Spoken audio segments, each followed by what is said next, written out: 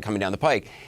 For people who are believing or imagining that, in middle of April or early April, people are going to be able to gather together in churches for Easter celebrations or, go back to work in a regular way, it's sounding like you're saying that you don't believe that's realistic.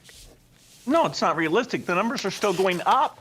That only happens after the numbers have peaked and are going down a lot and getting down to an absolute level. There are some good things happening. The work on a vaccine, although that probably will take 18 months, that's going full speed ahead. Our foundation is funding that. We're looking at getting vaccines to everyone in the world. So in the long run, that is the key thing.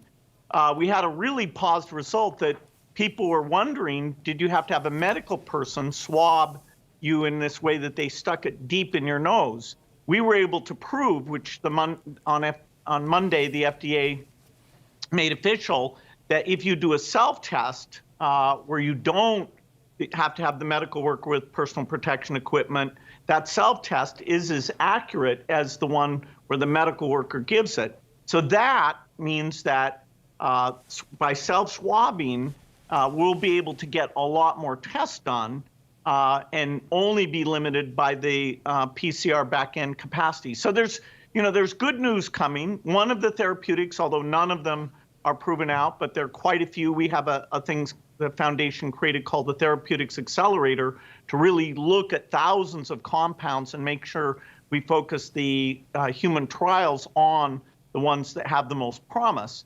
So, innovation, some of which we could have done in advance, but innovation really is happening.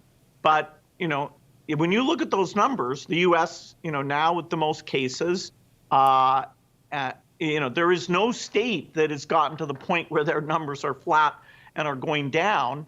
And the testing capacity means we're quite blind to a lot of these cases right now. So it can be done, but we're not, the light is not at the end of the tunnel in terms of a mid-April reopening.